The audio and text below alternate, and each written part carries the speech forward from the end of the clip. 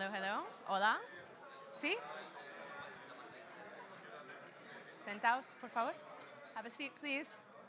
Okay. So, bienvenidos. Welcome to this gathering organized by SEK Labs, as well as Emerge Education, the best early ticket in Edtech in Europe, as they say. So really glad to have you join us, especially I know there's some interesting content downstairs, but hopefully ours will be more interesting and more fun. So we've got quite the agenda today. Let's see. We're going to start out by, first of all, talking about SEK and investing in Spain. So Felix is going to, you probably all know Felix, he's going to tell us about the situation here in España. And then Sami from Emerge is going to follow and talk a bit about their investment thesis and what they're seeing in the European ecosystem. After that, we're going to take a deep dive into their research on investing in AI and EdTech, which they published recently. And then we're going to have a founder panel with 5 founders, all at very sort of different stages in their journey, that are going to share their experience. After that, we have a panel by AWS, and then we're going to follow with some roundtables and networking. So we actually set aside a whole hour for you to get to know each other. You'll have the opportunity to meet other founders, some of the inspiration that you have, they've shared with you earlier, as well as investors who are here. There's quite a selection of both Spanish and international VCs here. So that's the plan. Any objections? We're good? All right, let's get going, because there's a lot of ground to cover.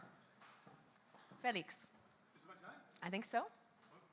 This is you. Edtech on fire. I know that's you. Yeah. That's there mine. Yeah.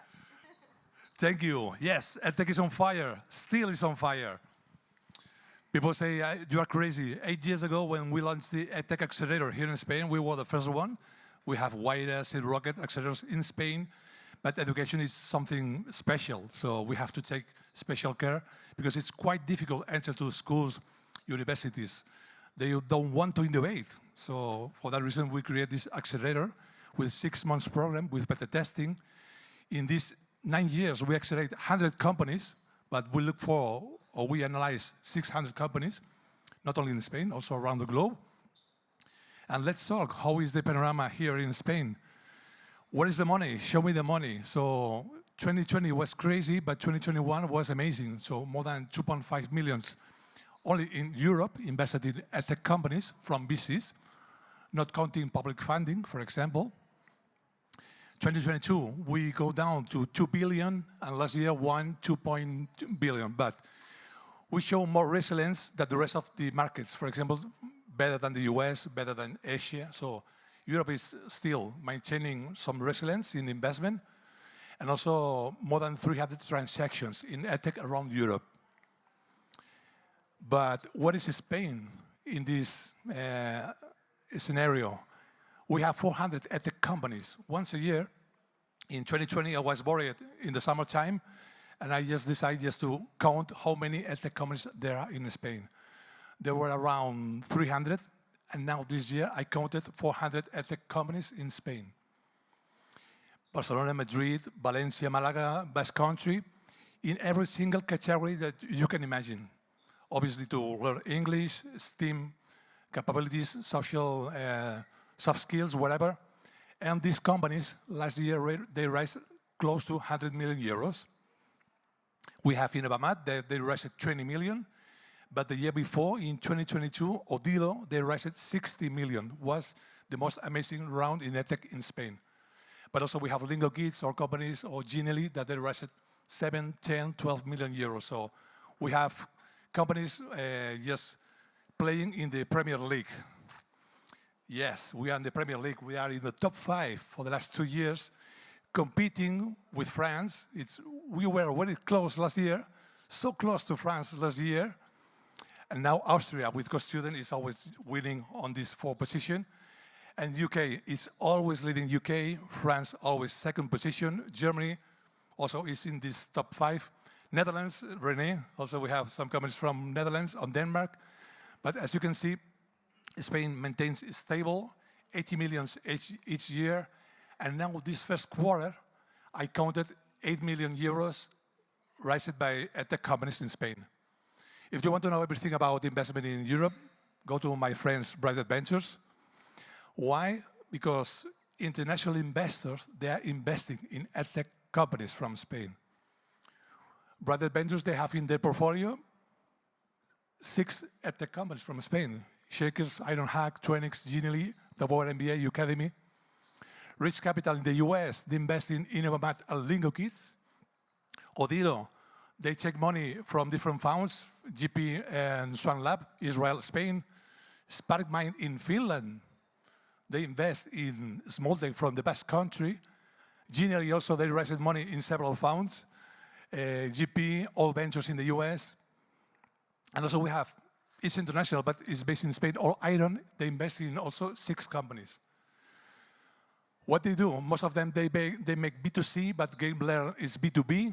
Ironhack also in this area. So as you can see, we are sexies to the international investors. And what about the Spanish investors? We don't have still, like France or like UK, a vertical investment fund. But, for example, Active Venture Partners, they invest in Edtech. GME invest in Edtech, Inverready, Drepes B1, Swan Lab, Seaya, Kibo. All these guys, they don't put focus, but they have some Edtech companies in their portfolio, 1, 2, or 3.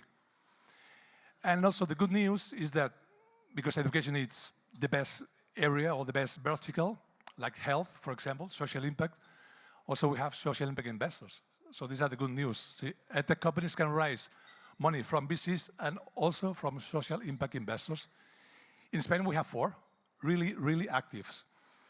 Fondo Bolsa Social, they start with crowdfunding, crowd lending, crowd equity, and now they have a fund. We have CREAS, they were pioneers in Spain, investing in social impact. And also we have Shift2B in Barcelona and Global Social Impact Investments. So sounds that there is money. And a big picture of France, UK, and France. UK always, obviously, 1,000 Edtech companies. France, 800 companies. Spain plus Portugal, 500 companies. Number of schools, 25K schools in UK. Spain, we have 33K schools.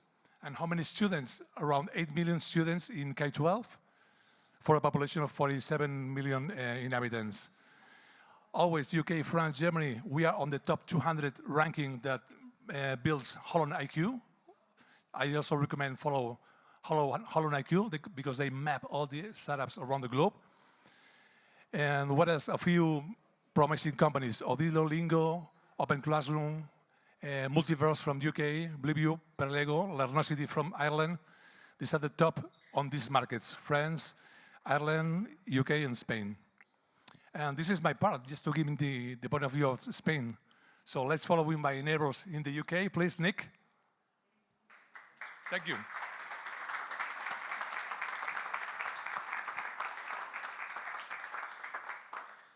Thank you very much, Felix, indeed. It was only a few weeks ago that Felix and I began to talk about putting this event on. And it's because we want to invest more in Spain and Latin America. But the strength of Felix's network, how much energy he's put into making this happen has been extraordinary. So we must thank Felix for putting on today. And we're here to support that very much so. So, thank you, Felix.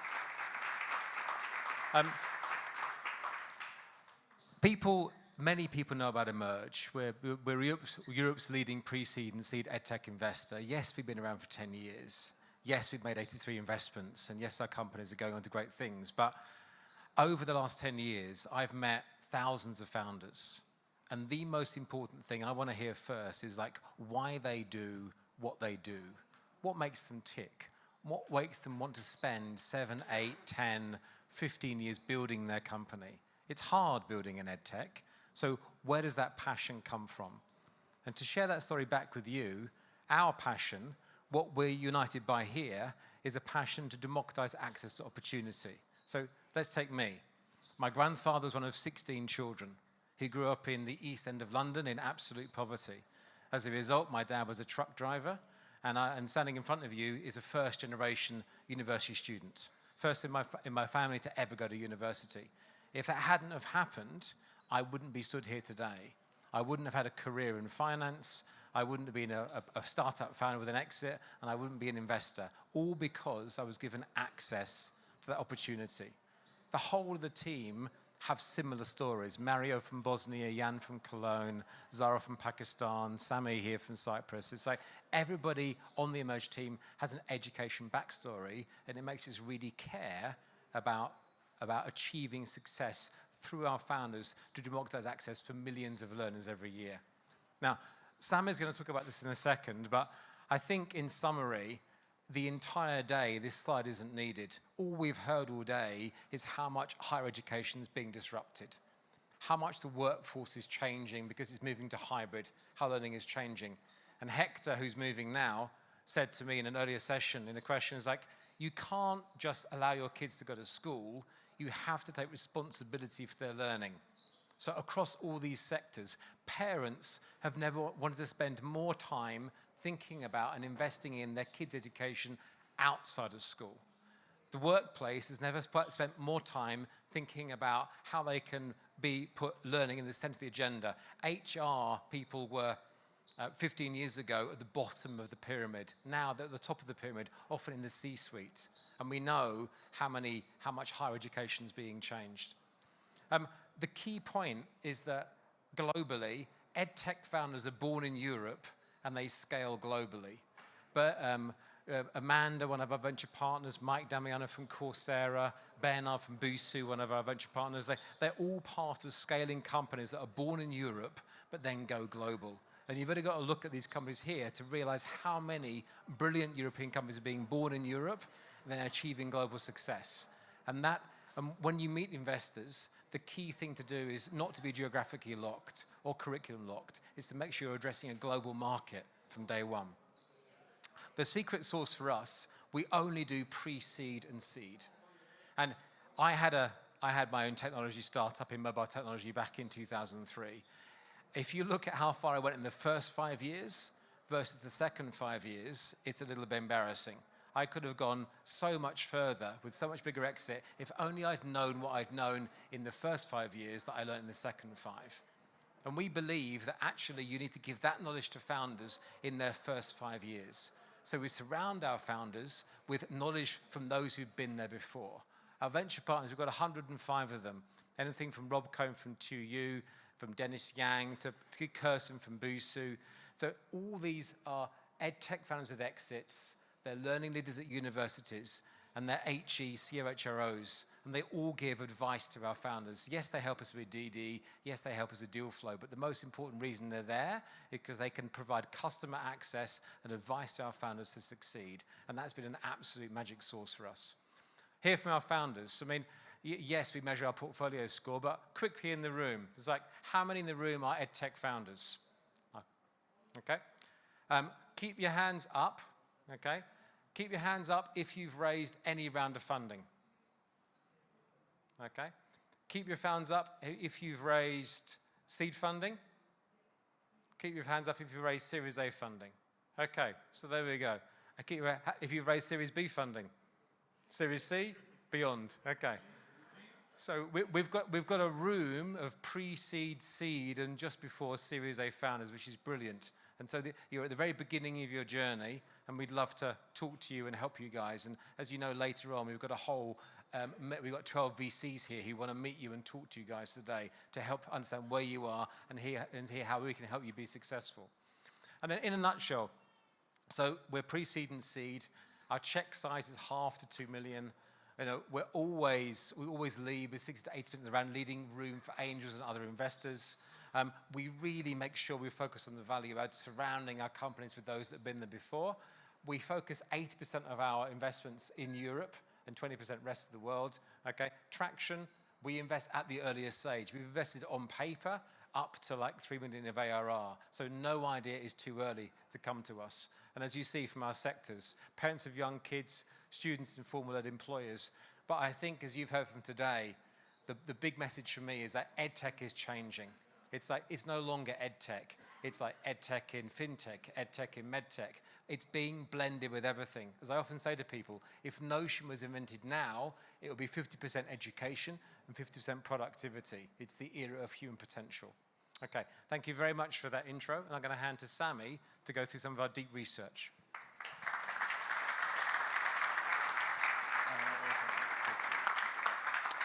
Hey everyone, great to be here. I'm Sammy, I'm an associate at Emerge. I joined 7 months ago. Before that I worked for 6 years in consulting at Gorillas, the quick-com grocery startup, and at Uber.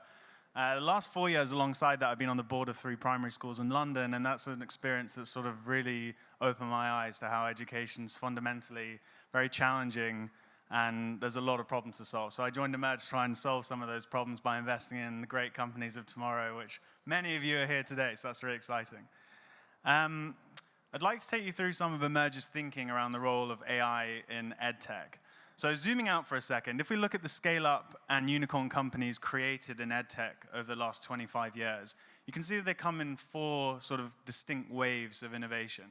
So wave 1 was education SaaS, companies like Degreed and Blackboard. Wave 2 was marketplaces and content businesses, companies like Coursera and Go1. And wave 3 was tech-enabled services, companies like Trilogy, Multiverse, and Guild. And then the wave we're in now, the 4th wave, is AI-powered learning. And at Emerge, that's where we're seeing most of the super exciting companies fit into. And as a fund, it's where we expect to deploy the majority of our capital over the next 3-year fund cycle. And that's because we see AI as the next big opportunity for education. So the current EdTech unicorns of today have high scale, but low efficacy, because they miss the human touch element that AI can now provide. So we believe the EdTech unicorns of tomorrow have high scale and high efficacy powered by AI. And that's super exciting because it really democratizes access to opportunity. So someone can now have access to hyper-personalized one-on-one tutoring, which we know is a far more effective way of learning, whereas previously that was unavailable to them through cost and other prohibitive factors. So at Emerge, we've sort of broken this down and we've come up with 8 key AI-driven EdTech trends, which we're calling engines of opportunity. Now they fit into 2 sort of macro trends, making learning more engaging and making work and teaching more efficient. So underneath making learning more engaging, we have robo-teachers, always-on feedback, hyper-personalized content, and simulation-based learning. And under making work and teaching more efficient, we have democratized authorship, AI-enabled knowledge graphs, automated assessment, and educator co-pilots. Now these represent where we see AI impacting education both today and in the future. And across these 8 different subcategories have attracted almost $1 billion in VC funding over the last 12 months, but as you'd imagine, it wasn't evenly distributed. So we've dug in a bit further, and we've done an analysis of 456 AI EdTech startups in Europe, and 32 EdTech incumbents, which in some way or another have incorporated AI.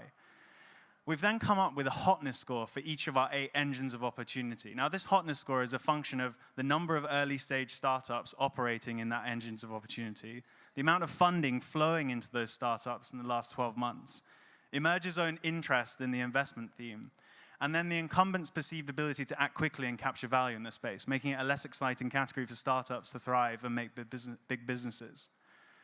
And so what we've got here is each of our 8 engines of opportunity ordered by that hotness score. And on a column level, you can see the components of the hotness score, which is driving their positioning on the table. Now, we've got AI-enabled knowledge graphs at the top, right through to simulation-based learning at the moment.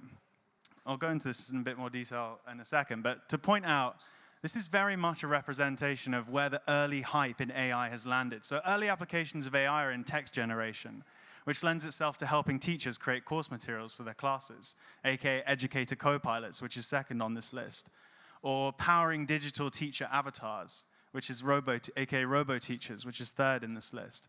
Conversely, many of the lower scoring engines of opportunity actually represent more complex applications of AI in education. So think of AI-powered feedback of learner progress, which is a more complex sort of problem to solve, aka always-on feedback, which is lower down, 6 on this list.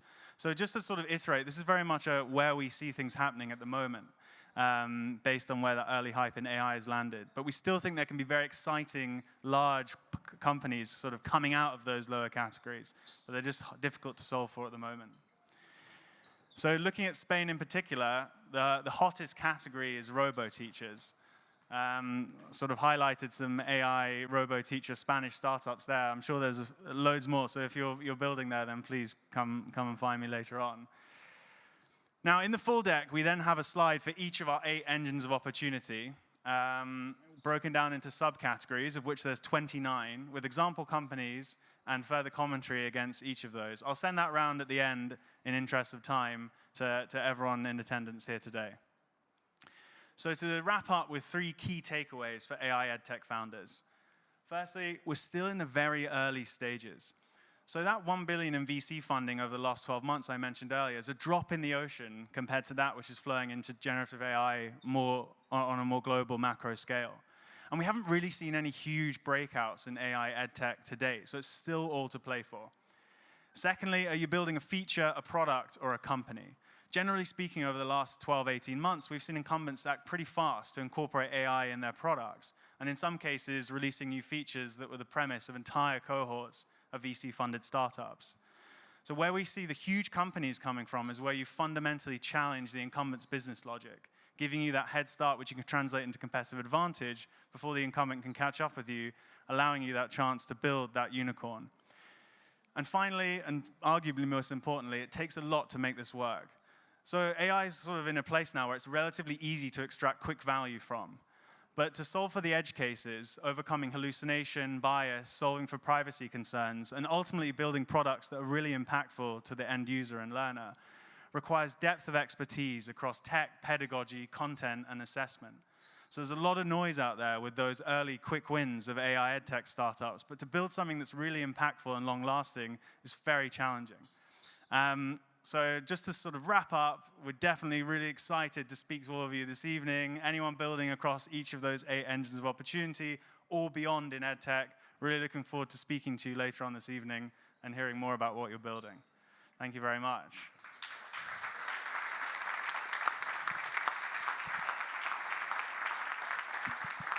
Okay, so now it's time for the founders. If you're one of the invited founders, please come up. You're the next contestant on The Price is Right. American joke.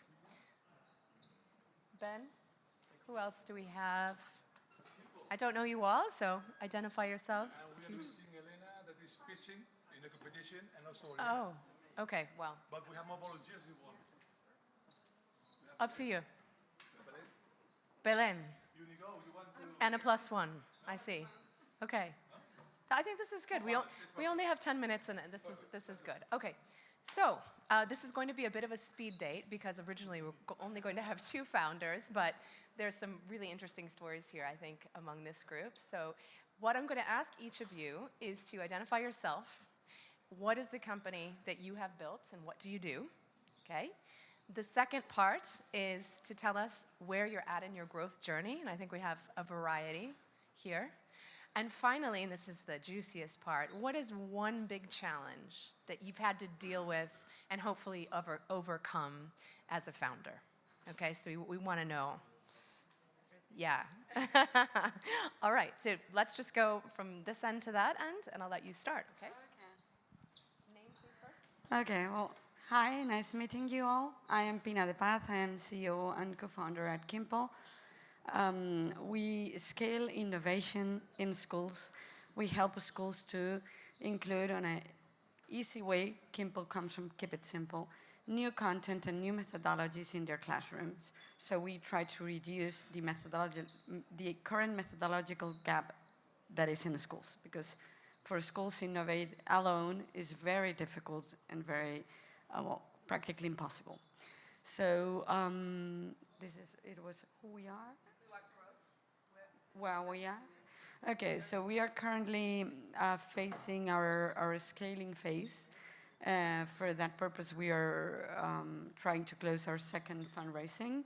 I always say we overcome the first 3 years of developing a project, a B2B project in Spain and in Latin American education, which I believe is the hardest part of B2B EdTech now, is to create or generate first customers, maintain them, which is not the same, no? Create them, then maintaining them, and to be alive for the first 3 years in the market.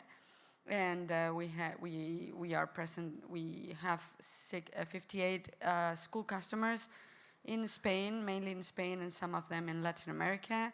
And we are now starting our scaling phase. trying to grow up to 200 schools in the next year. I believe that the main challenge in this sector is definitely fundraising on seed stages, mostly for educational projects, taking into account as well that conversion times and conversion rates are slower and many times lower in general than in other areas. You know? So, I believe the most challenging, the biggest challenge we are facing, and we've always faced, is to make funds and investors to understand the market and to be a little bit more patient with the return, and to find funds on seed stages. There are funds on pre-seed and there are funds on A stages, but very few on seed stages. Thanks. I'm Benjamin. I am CEO and founder of LearnLight. We aim to build understanding, empathy and connection between people from different linguistic and cultural backgrounds so that they can perform well in the global business marketplace. And we do that through language, intercultural and interpersonal skills training. We're a little bit further down the road in the journey, so I guess we're Series C or Series D now. So we're now a global company. We deliver in 192 different countries. And talking about challenges, because it's been obviously a fairly long journey since then, we are in the B2B enterprise sales space, so all of our clients are corporate clients. One of the toughest challenges I've faced is building a global enterprise sales team. So coming from, originally this is, by the way, a Spanish startup, so fantastic. And going from that to globalizing the business and getting operations all across Europe and in Asia and in the US, et cetera, and learning how to do business in those different markets successfully and creating a global sales force as opposed to lots of regional sales forces that don't connect with one another. That's been quite a long journey, but it's been fascinating and really interesting. And just to back up what you said, which I think is really interesting, is the other thing is, like, especially with B2B and enterprise sales, like most of the time those sales cycles are quite long. So you need to make an investment, you create a team in a new geography.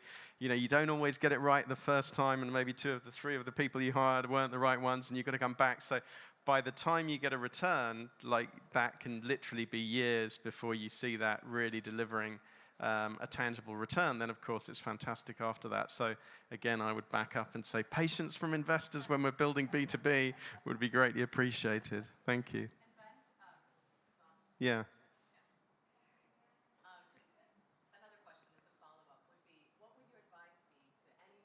That is struggling to get those first enterprise clients? Because I know that's a real challenge. Well, that's really interesting. I think one piece of advice I can give from how I began was to bring them in a little bit also on the product development journey. So to bring them in as partners and say, hey, look, I'm trying to build something that's going to be relevant for healthcare, or I'm trying to build something that's going to be relevant for K2, and your expertise would be super interesting. And you get them involved in the journey so they feel that they're participating and you're actually building something which is to a certain extent for them. And then that could hopefully get you your first flagship clients. And once you've got 2 or 3 of those, then you can, of course, go to all the other clients in the sector and say, hey, do you know we work with this and this, and perhaps you'd like to hear what we're doing. So bringing them in early and making them feel that they're participating in the research, development, and piloting of the project, rather than going in immediately with a sell, has been really useful for me. Okay, thank you. Nacho. Hi, I'm Nacho from Wola. Wola is the leading study platform in Spain. We have more than 1.7 million students in the last 12 years.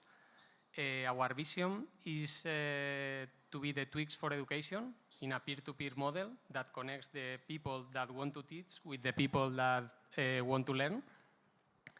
breaking this old paradigm of one teacher talking with a group of students, but we believe that the study will be more social activity.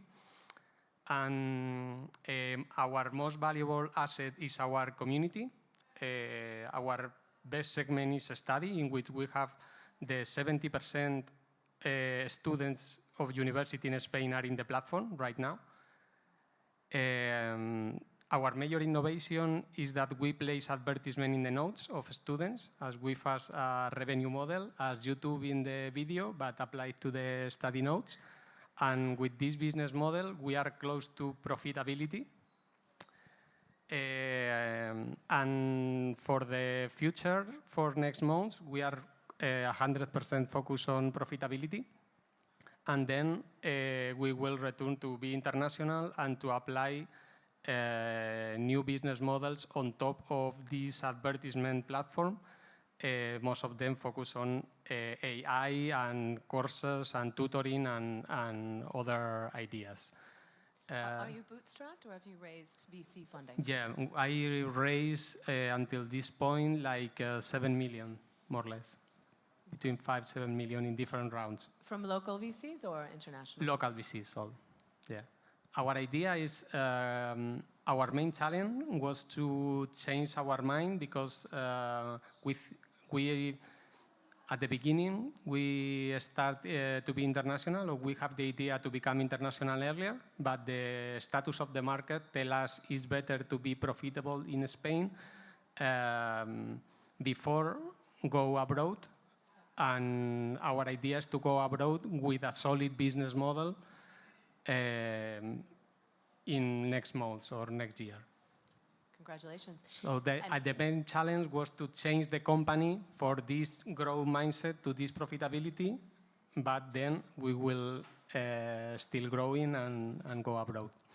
I'd like to dig into that a little more. What was the hardest thing about that for you?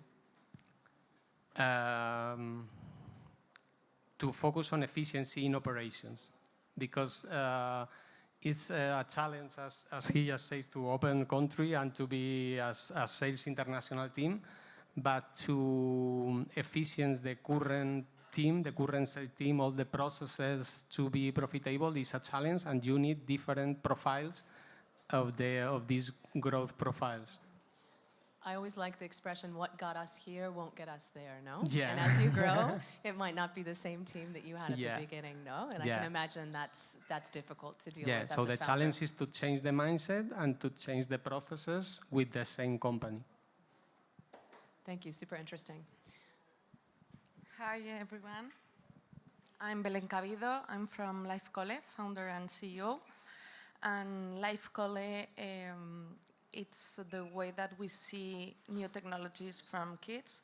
So 4 years ago, I was so worried about the education of our kids. And now that I'm pregnant, but because I'm pregnant, I'm not fat. I'm more conscientious that we have to change the way that we see the new technologies at school. So what we do, it's a platform that we teach kids from 6 to 16 years old how to use the video games development, robotics, coding, and also design multimedia. And what we do, it's very focused in B2C right now. Our goal or challenge is start to be part of the B2B schools. And we are right now launching a platform and SaaS to offer our courses in schools. And we start 4 years ago. We have more than 2,000 students.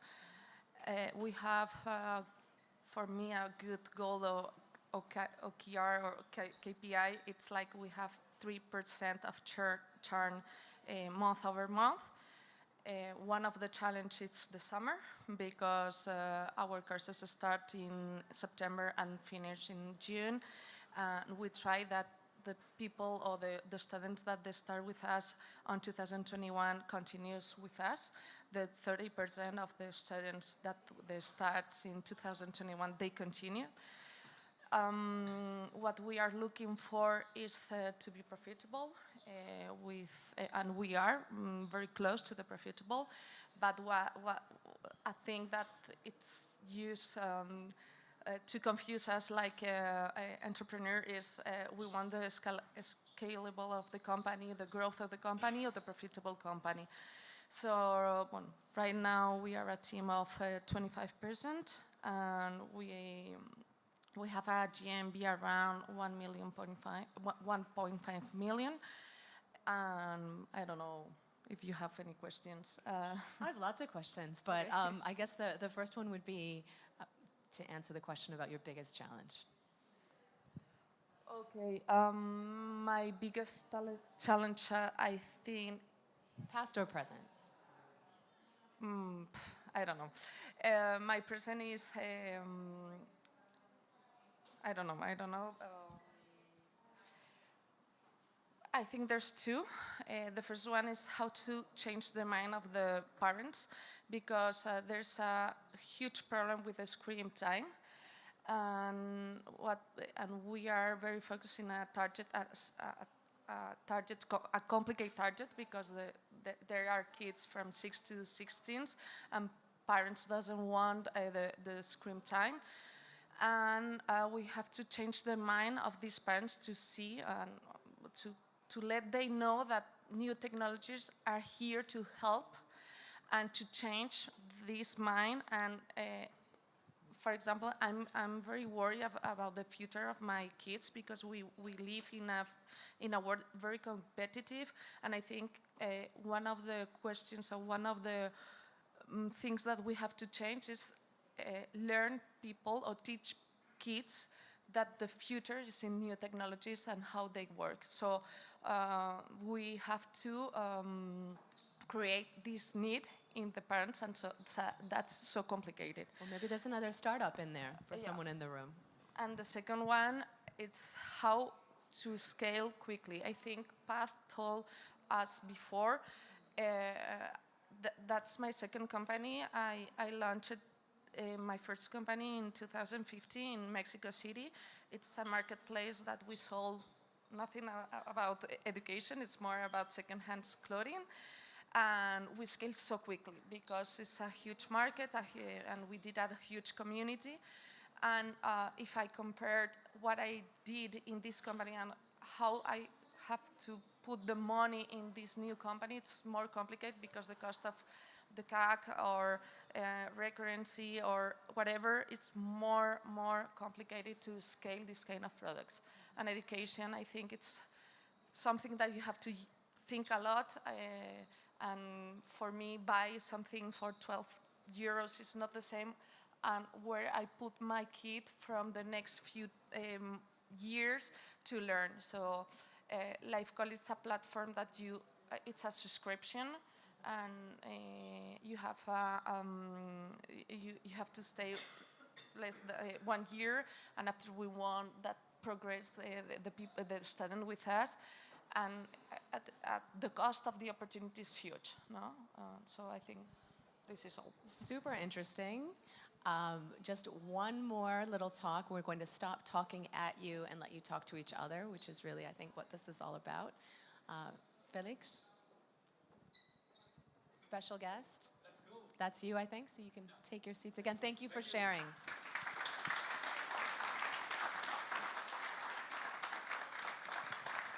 Thank you, Amanda. I have two special guests. Edtech is on fire thanks to AWS. Where is Victor Ramos? Please come.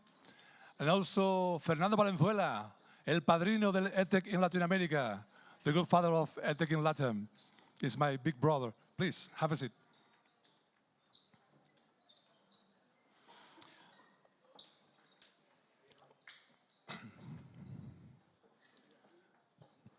Be comfortable, you will stay only for 5 minutes.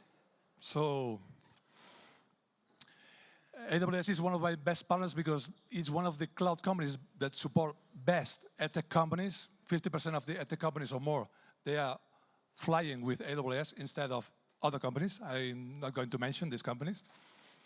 And also, they don't have Edtech products. So they don't sell to schools or universities. They sell the Edtech startups in their portfolio. So but for that reason, we are friends. So, well, Victor, tell us what is doing AWS in Spain for Edtech startups. And also if you want to show us some case studies from AI in higher education, that is the topic for today. Well, thank you everyone, and thanks for the opportunity to speak to you all. Something that is very special is what you said. We don't position our solution for higher education or any education customers from AWS. We push for edtechs to build their own solutions. I think that's our biggest value proposition is we provide infrastructure and all the tools for the edtechs to innovate and build the solutions that are required by the customers. So we have a program that is called Activate, in which startups at early stages, we provide all the mentorships, we provide funds, we provide support with MVPs, and we help them with all the go-to-market because we are very close to all the end customers, and we build together what is the roadmap that a startup in education can build. So I think that's something that is very special on our value proposition from AWS. On the solution for higher education, and speaking on AI, as you said, basically we're seeing three trends. We have many edtechs who are already putting into production solutions for internal use within the universities. So how they're using AI to be more agile in their internal processes, whether it's a contact center where they have in real-time suggestions to have a better experience for the students, how they support the teachers internally, where they can use GenAI to build their own content. If you want to build some content for 1 hour class through GenAI and some applications that we have, you can already build all the content. You have the summary, the evaluation, and everything ready for the teacher. And then we have other edtechs who are putting the effort on the student. How can we provide directly a different experience for the student, whether it's personalized learning or anything that is going to be supporting the student on the journey.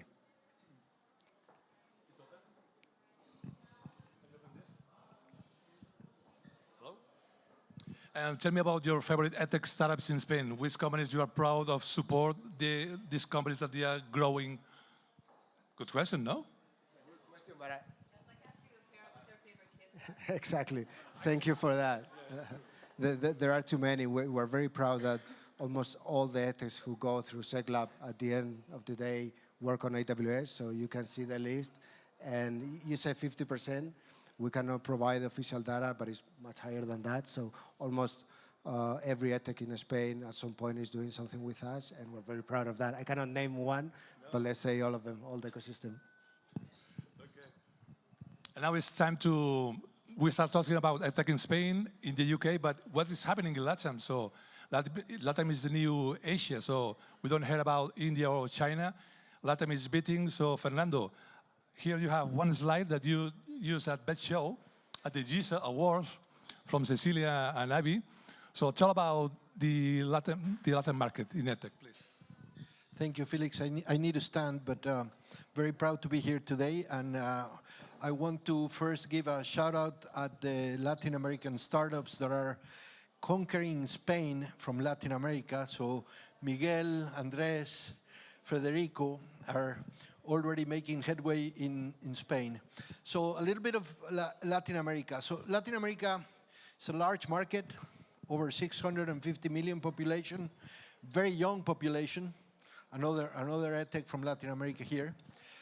We are more similar than India or China.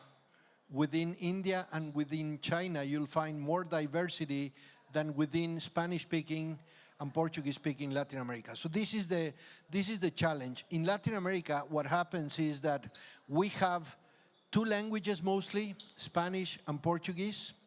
You don't do business in, let's say, Peru. You have to do business regionally. And for that, I use these maps to say everything in Latin America happens in 15 cities. So this is where the strategy really makes sense. You have to enter Latin America and operate in at least 3 cities in 2 different countries and become regional. most of the mistakes that happen in Latin America is that they try to go to either Mexico or Brazil, the large markets, and it's very difficult because they will consume all of the energy. So we have been trying to position Latin America in the world and the world into Latin America. We have the largest open innovation network. We have about 1,500 leaders. We have ambassador schools, ambassador universities, and we recently launched the Association of Ibero-American Edtechs, including Spain and Portugal, and we have a leader in each one of the 20 countries in the region. So if you want to be part of the ecosystem, there is a direct path towards that. So I think this is exciting news. I think Latin America is beginning to hit the, kind of the visibility, but we have a very, very serious challenge. We are one of the regions with most children that are not able to read and understand what they're reading in all of the world. So the challenge in education does not require competitors, it requires collaboration. Thank you. Thank you. Thank you for this nice message. And tell about a few, for example, Duolingo. What is this guy? Oh, so Duolingo it's a very relevant entrepreneur that basically, one of the largest challenges that we have is language learning in Latin America. And so we have a few of these. Duolingo was recognized recently in San Diego for a Lifetime Achievement Award because of the impact that they're having on language learning around the world. So I think we have significant mature talent in the region, significant technology-based solutions in education. So the problem is that we're still very far away from the traditional system. So Duolingo has an impact because it's going directly to the consumer. If Duolingo had to go through the schools, they would still be raising money. Thank you. And now, big applause for my friends, these guys. And let's go with investors. Thank you. Show me the money, show me the money. No? ¿Los emprendedores o quién?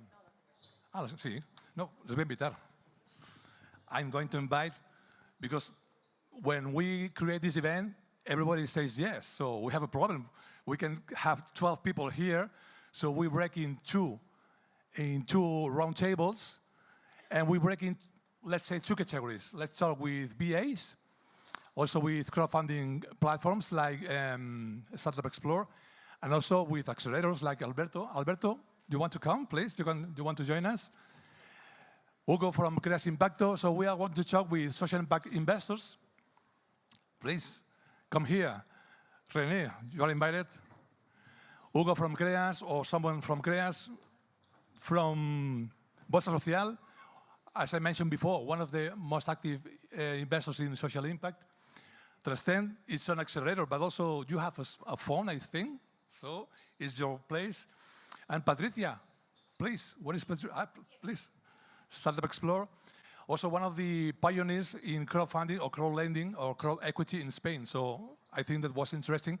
Invite them, because we are just positioning on the first step after the family, friends, and fools, then BAs, crowdfunding, accelerators. So we have here a good example of these first investors. So tell about Startup Explore, when you started, and also if you think about some edtech companies that get finances by your platform, please.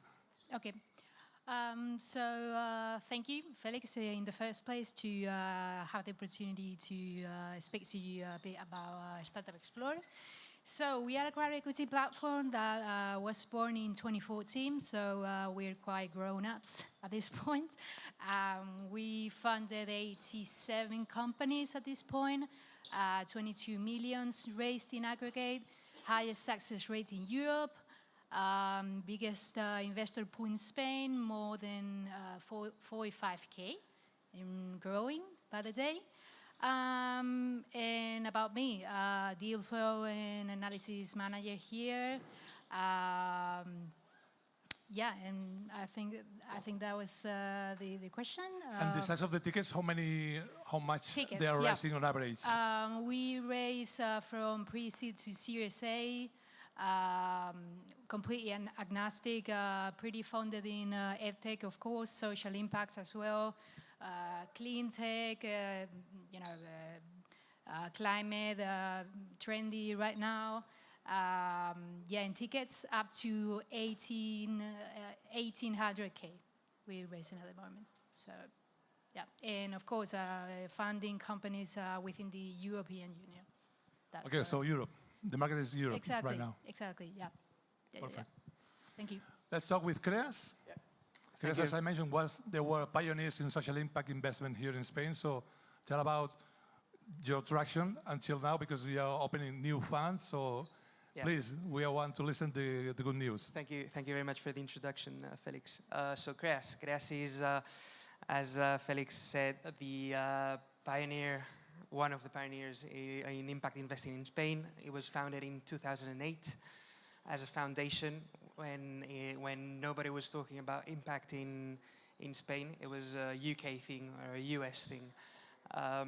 In 2011, we launched our first vehicle. It was a pilot fund of around 1.5 million, something like that. It was a successful pilot, and after that we launched the first institutional vehicle, impact vehicle in Spain in 2017, a 30 million vehicle that we fully invested in.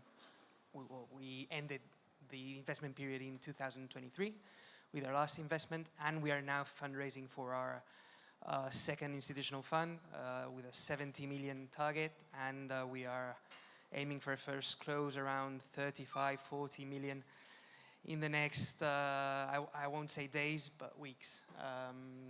We are a generalist fund. We have 3 verticals.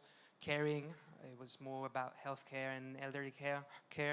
We have a regenerating vertical. It's more about environment, climate tech, and third vertical one, which we are very fond of, which is empowering, related to education, Edtech, and labor tech, HR tech, and all the tech you want to add to anything related to empowering individuals for a better life.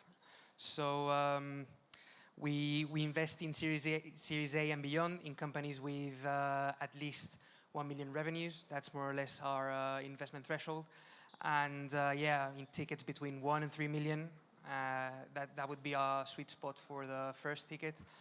But we could, we can follow on with new investments until 4 to 7 million, depending on the final size of our next fund. So happy to be here.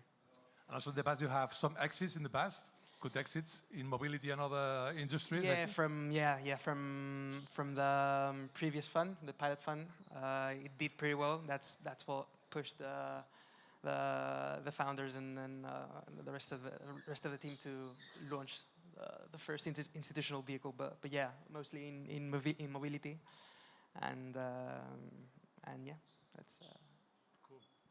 Let's start with Alberto. Also, it's one of the most active entrepreneurs in the Edtech ecosystem here in Spain, also in San Francisco. So tell about how was born Trusted Network and what are you doing for this time? Well, good to meet a lot of you, see a lot of familiar faces. First of all, I'm from Madrid, and there's not a lot of events like this in Madrid, so I just wanted to give a big thank you to Felix, to Amanda, to everyone who's contributed to putting this event together. It makes me really proud to see so many people coming from different parts of the world. I'm one of the co-founders of Trusted Network, and what we do is we run a fellowship for early stage tech founders. I see Jose, who was a fellow last year. I think I also saw Bernardo over there. So we have some fellows in the room, some LPs as well. We run a program for early stage founders in the Edtech space. It's a remote program, so these are founders from all over the world. We work with about 100 founders every year. And the goal is we're going to help founders find product market fit. So it's quite simple, but at the same time, very, very difficult. So we help founders run weekly product market fit experiments that will get them closer to product market fit, connect them with mentors and potential customers. And so That's what we do. About 2 years ago, we decided that we were in a really good position to be the first kind of, backer of a lot of these founders, because we had a lot of really good data and intel on these companies, and so raised a small fund. We write about 50K checks into companies that go through the fellowship. We're now just about to start to raise our next fund, so hopefully we can write slightly larger checks. And we're 100% global, so I'm based in Madrid most of the time, and my co-founder's in the US, but we work with founders from all over, so we'd love to meet any founders who are here and want to talk. Also, tell me about these events that you organize once a year with Odilo after the Sun Summit. You are preparing the next one? Yeah, so I was waiting for all the energy to kind of to sort of come down after this event, everyone to be depressed, like, oh my God, we're so sad this event is over, to hit you all up with an email. But for anyone who's coming in June, there's South Summit, which is happening. It's a big tech conference. And so we usually partner with Odilo at the time and organize an event. I think this is going to be our 3rd year in a row. So for anyone who's here in June, you should definitely join us. It'll be a lot of fun, and you'll see a lot of the familiar Edtech faces there. So. There will be space at the Odilo offices. There is not enough space, I think. Yeah, we're running out of space. We will try. Yeah, every single time it gets a little bit more crowded. So, but yeah, for anyone who's looking to come to Madrid, looking for an excuse, June is a great excuse to come to Madrid. And if you need any recs in the city, I'm your guy. So. And let's follow me my friend René. He's from Netherlands, but he's Spanish. He came to Spain 25 years ago, I think. He launched 2 companies, 2 exits. And when I told about him about SEC-Lab, he says, hey, I want to be mentor of SEC-Lab because you don't make profit, you don't take equity. So he's mentor for the SEC-Lab for the last 8-7 years. He's a good mentor because they make difficult questions to other startups at the first meeting, so they die at the first meeting. So they only stand 2 meetings, one at the beginning and 1 meeting at the end. And please tell about Don Quixote, your first startup.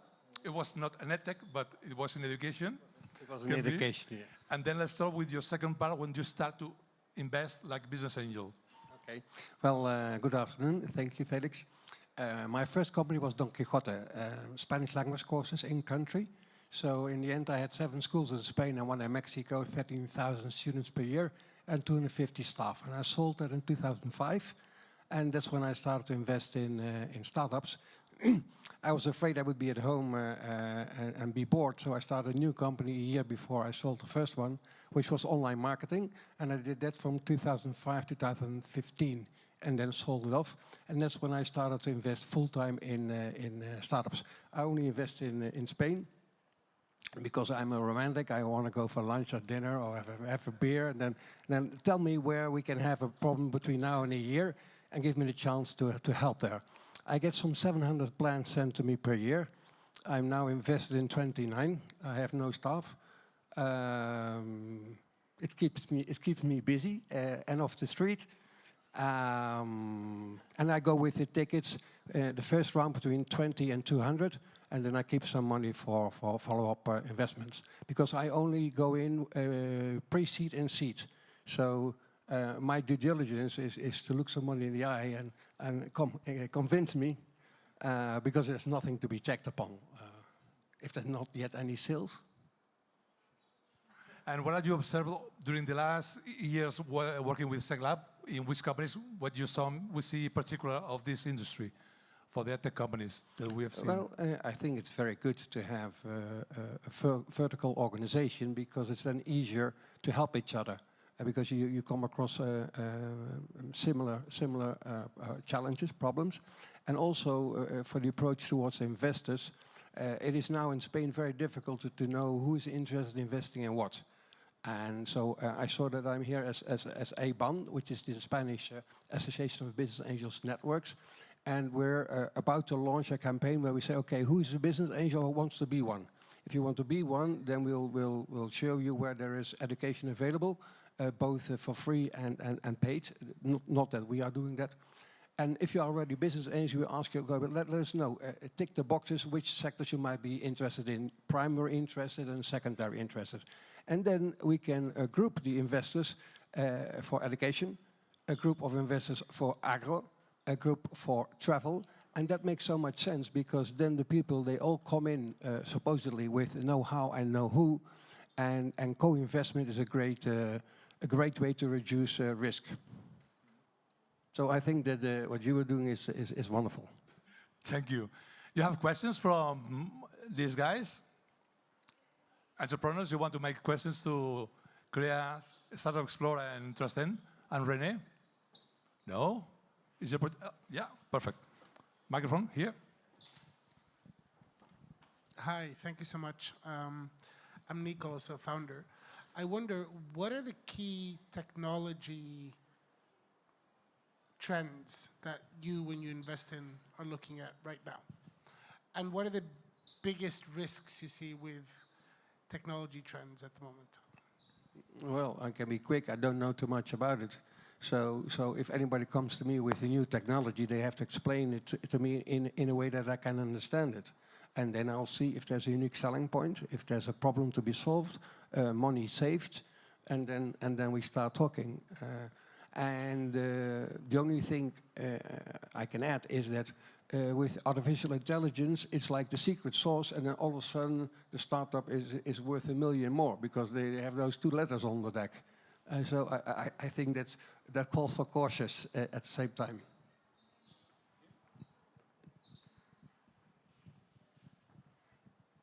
Hi, my name is Emmanuel. Alberto, I just saw your website and what you do. I just wanted to understand what is the motivation for you to build something like that. And then for the panel in general, I'm kind of new into this Edtech and all of the startup world. I just want to understand how can you guys define what exactly is the Edtech? Because I saw some logos that was a bit shocking for me to see them as an Edtech. So if someone can explain me what do you call an Edtech for real? I'm coming from the fintech and insurtech industry, and I was seeing also a lot of companies just jumping and say, I'm an insurtech, and they have nothing to do with insurance. So I need to understand what is their relation. So it's kind of two questions. So the first goes to you, and the other one to anyone on the panel. Awesome. Thank you for the question, Emmanuel. I was looking around because there's a person in this room whose responsibility it is that I'm here in a way. So as I told you guys, I grew up like 15 minutes away from here. And the reason why I got into Edtech is because when I was 18, I was like, I don't know, I guess going through Facebook, and I came up on an ad or an article or something about a new university that was getting started at the time called Minerva. And it was a new university, very innovative. Like the idea was you go to a different city of the world every semester. You use technology to do all your classes online and enable like a kind of more of a Socratic method of learning. And so I applied. I didn't have any expectations. I got into this university. I was in the first graduating class of students. And it changed my life. It was an amazing experience, very impactful. And after I left, I didn't want to work on anything that wasn't Edtech. And the founder was here. So Ben, as the founder of Minerva, he flew from San Francisco, and I think he just went to take a call like maybe 10 minutes ago. So I'll have to tell him after. But yeah, so I think one of the things that I take from this experience that I had is that a lot of you might have interacted with Edtech a little bit later in your life, but I think there's a whole generation of people like myself who early in our lives, we had Edtech have a deep impact on our lives. And like, I think for me, it's like become my life mission to go and help other founders build Edtech products and experiences that will impact future Albertos. So, yeah. And I think there was another question about Edtech, if anyone wants to take it. No? Definition of Edtech. Innovation and education in every single step on your lifelong learning. So from 0 to 100 years old. And also the investors in the UK or France, the future of work also. They are opening Edtech to the future of work.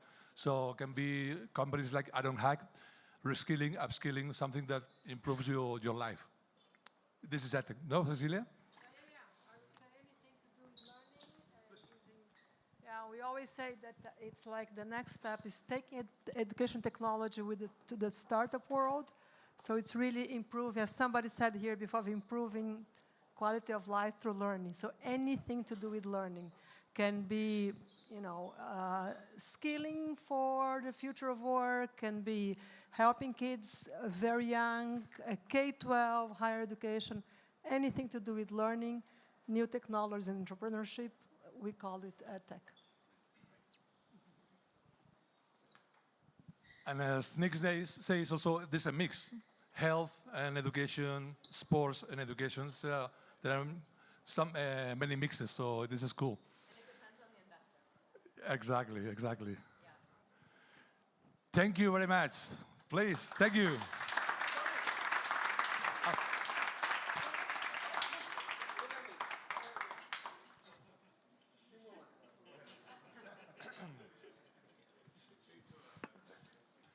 And we are really on time, so this is perfect because we have a second track with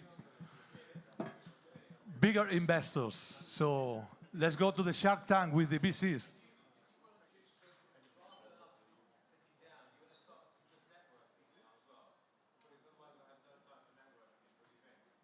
Or later with the drinks and the, no?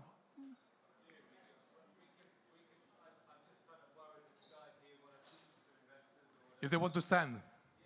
Yeah. Let's give them 10 minutes to networking or 50.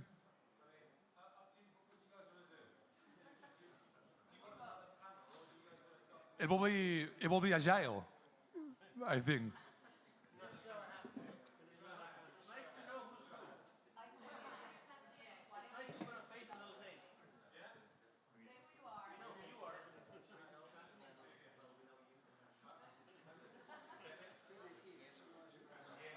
Sorry? Let's make it in 20 minutes for this or 15. Sonia, please.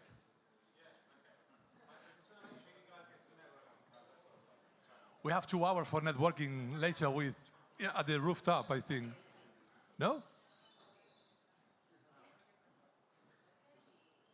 Exactly, yeah. Let's meet the VCs. From Emirates, Nick, Sammy, Mike. We have Subi Capital, Jose came. And also we have Pepe from GMEA Ventures and my friend Sonia from Kibo. She was an entrepreneur and then she go to the dark side. What you started, so everybody knows Emerge. So you know how it works. Let me see. What the founders want to know, as we saw before, the size of your tickets, and also if you want also to share some success stories, but mainly in which stage you invest, how much. Okay, I'll start. I'm Pepe Villanova from GEF Ventures. So we're an early stage venture capital fund based here in Madrid and Barcelona. We do pre-seed, seed, and Series A deals, tickets that grow from 100K up to 2 million euros. I always tell entrepreneurs that we invest basically in everything. I mean, from digital native brands or companies that do coffee to companies that do rockets or quantum computing. So basically, we look for good founders in markets that we like. And yeah, I mean, we like education a lot. We did some investments like Odilo, Ironhack, Lingo Kids, Geniali, 20X here in Spain. So we just launched our 4th fund. So we are willing to add some names to that list, hopefully. And that's it.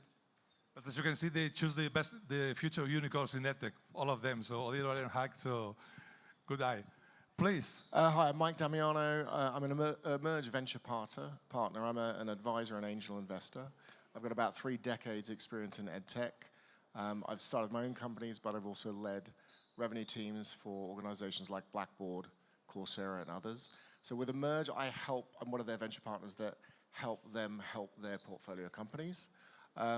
I'll let Nick talk to deal sizes. My angel investment deal sizes are very, very low. So I advise and angel invest in about 12 companies now.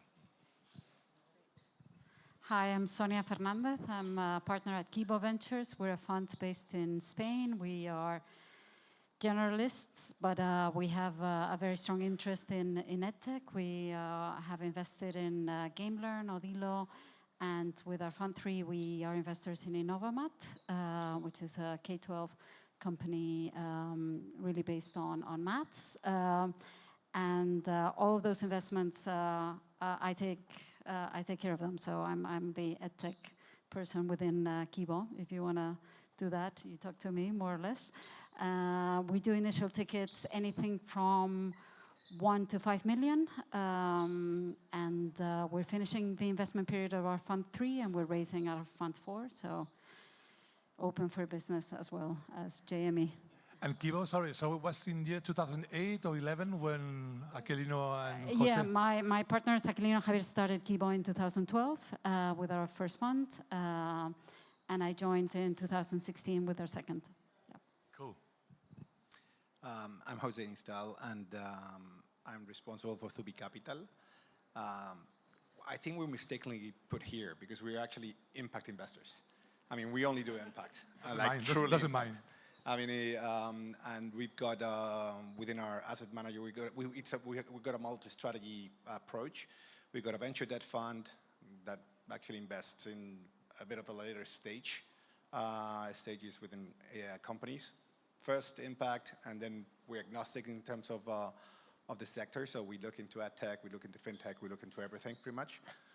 We just launched a venture capital fund with an edge. It's impact and it's DEI, diversity, equity, and inclusion. And we look, again, we're agnostic. We do early stage, pre-seed and seed, tickets from 250 to $500,000 first tickets, and then we do follow-ons. And then we'll be launching other strategies. That's Thubi Capital, but Thubi Group as a whole, we also have a venture builder. So we imagine the world in a different way, and we look to create companies that are catalytic in a way. And we do Edtech, we do circular economy, we do anything related to green energy, stuff like that. So that's another approach we have to make an impact. We put up to 2 million roughly on each founder or co-founder. We generally create the idea, or sometimes we bring someone who has an idea and we fund them from scratch, like with a PowerPoint, basically. So that's us. And what about the merge? What do I do again? That's right. So just a reminder, we're pre-seed and seed, checks 500K to 2 million. We've been investing for 10 years. We focus exclusively on Edtech and future of work. We invest in Europe. We invest, like you guys, off PowerPoints all the way through to a couple of million of ARR. So it's often normally super early stage stuff. And we do 80% of your investments in Europe and 20% globally, which includes LATAM, like Kriana and Matilda as well. And we're super invested in European founders, helping them go global. What else? What can I ask these guys, the Spanish investors? Do you want to ask? It's your turn just to ask them. Yeah? What do you know from Kibo, from GMEA, from Thubi? Okay, what's the advice? I'd like to know the advice you give to Spanish startups.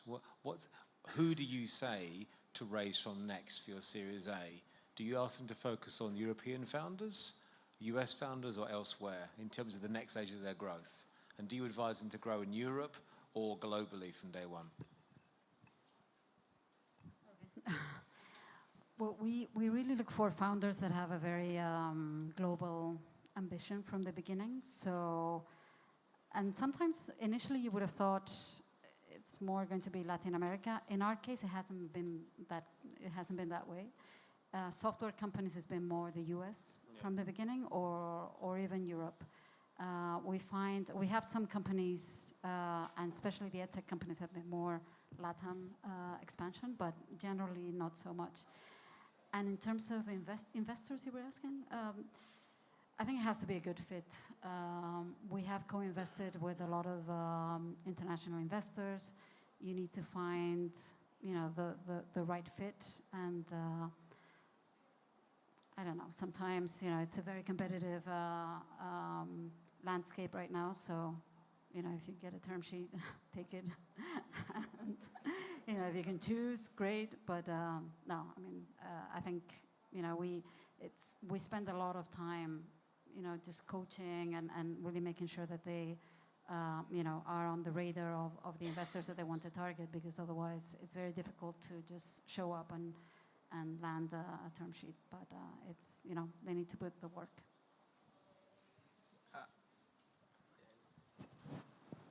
I mean, a few things to add. I mean, I will personally say like an answer that I hate, which is it depends. But yeah, I mean, we try to imagine like what would be like the ideal path, fundraising path for each of those companies, and we try to coach, as Sonia said, like what would be like the ideal situation for each one of those companies to be at the moment when they are fundraising, and we do that by like talking to a lot of people that we know that invest right after us, and trying to tell the companies what those investors are going to expect from them. And for me, I mean, it's a bit of a mix, pretty much the same thing. The difference is, given that we're impact, we try to maximize the impact we generate. Hence, we look for global people that have global ambition, because that's the way to generate the most impact for the most part. So that's one, and then we tailor-made it, or we try to help. We're very hands-on with all the companies. I mean, if we think about venture debt, our venture debt fund, where we don't sit on the boards, we're still helping them from day one to find the right path for funding, for making better sales, strategic decisions, everything. We get very much involved to help them out, because that's the only way to generate more impact. And then if we need to put them in touch with whomever, we do it. Our funds are, for the most part, pan-Euro. There's one we'll be launching soon that has to do with a very specific niche within healthcare, and that will be global. I mean, it has to be global, because otherwise it becomes too small, yeah.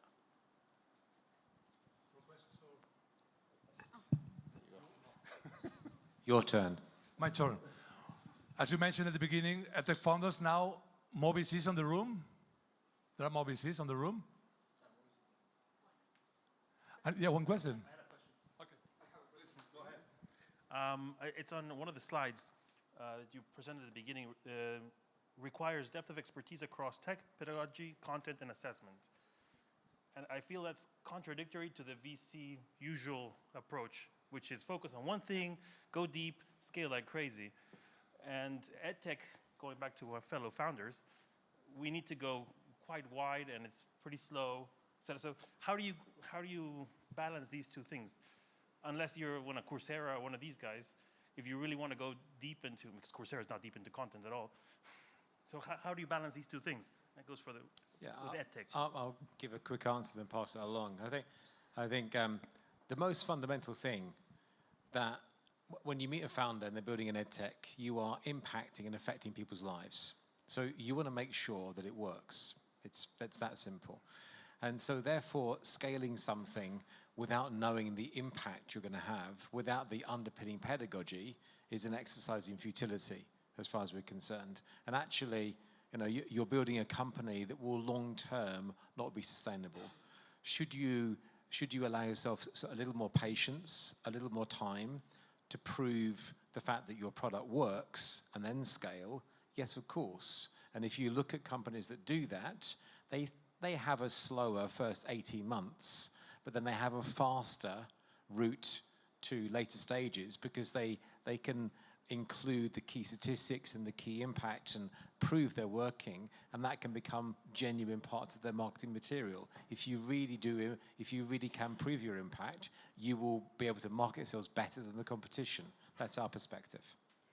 In our case, Innovamat is really investing a lot in the assessment and making sure that they can prove that the methodology works, and that's key, because there's a lot of skepticism in terms of, okay, fine, you have this methodology, but does it really work? How does it compare with standardized tests? So you really have to prove, the testing or the assessment, I think, becomes, if you don't have it, I think it's very difficult to sell the product. I think the challenge with EdTech is there's that balance between proving product market fit before scaling. And if you're in a B2B environment, or selling to schools or universities, and you'll get those early adopters that are your co-developers, then you're creating for a particular market.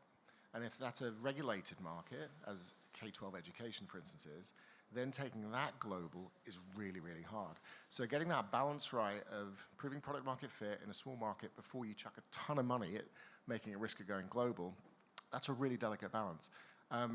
I reposted a very smart article on this on LinkedIn. So you'll look at my LinkedIn, you can see this. Taking EdTech global is hard, but there's some tricks that you can try to make it a little bit easier. Not my tricks, but take a look at the LinkedIn. You'll see somebody else's post there. There's another question here.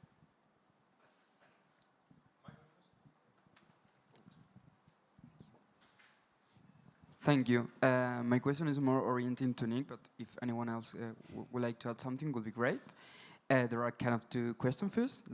First of all, there are not many European funds investing in LATAM. Why you take, as a fund, take that decision?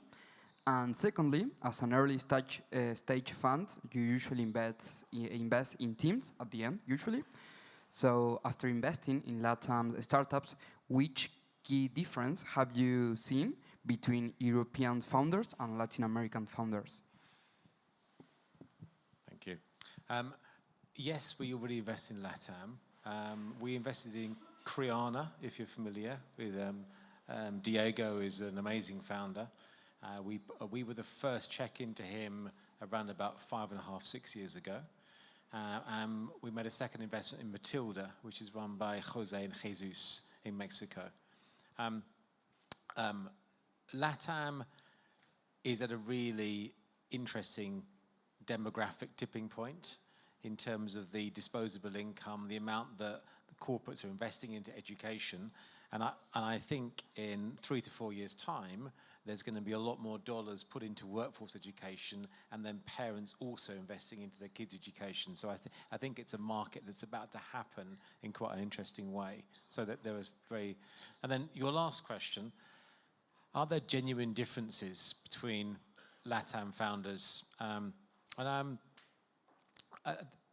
From a selection perspective, there's nothing different we look for. Yes, we're investing in team. Yes, we're investing in the ability for a founder to be resilient, to understand his market deeply, to have either proven leadership or have the ability to be a great leader. Because it's one thing growing a team to 20 people, but it's another thing running a 200-person team. It's a very different challenge, and you've got to see that learning agility and that humility and that ability to change over time. If there's one trait that maybe Diego and Jose and Jesus have is it's probably the level of ability to take opportunity of the market situation. I'm not going to use the word hustle, I think that's overused, but I will say adaptability is something, and I'm not saying it's LATAM founders, but Diego and Jose and Jesus, they have amazing adaptability, and that served them very well in the changing landscape of LATAM. Thank you. Please add. Yeah, that was the plan. Okay, we're done. I promised networking. Now you get some. The drinks are downstairs in 17 minutes, so you'll have to behave yourselves until then. But take advantage of this opportunity to meet the investors if you're founding companies and trying to raise money, or you just want to get to know each other. Now's your chance. Thanks for coming. Thank you.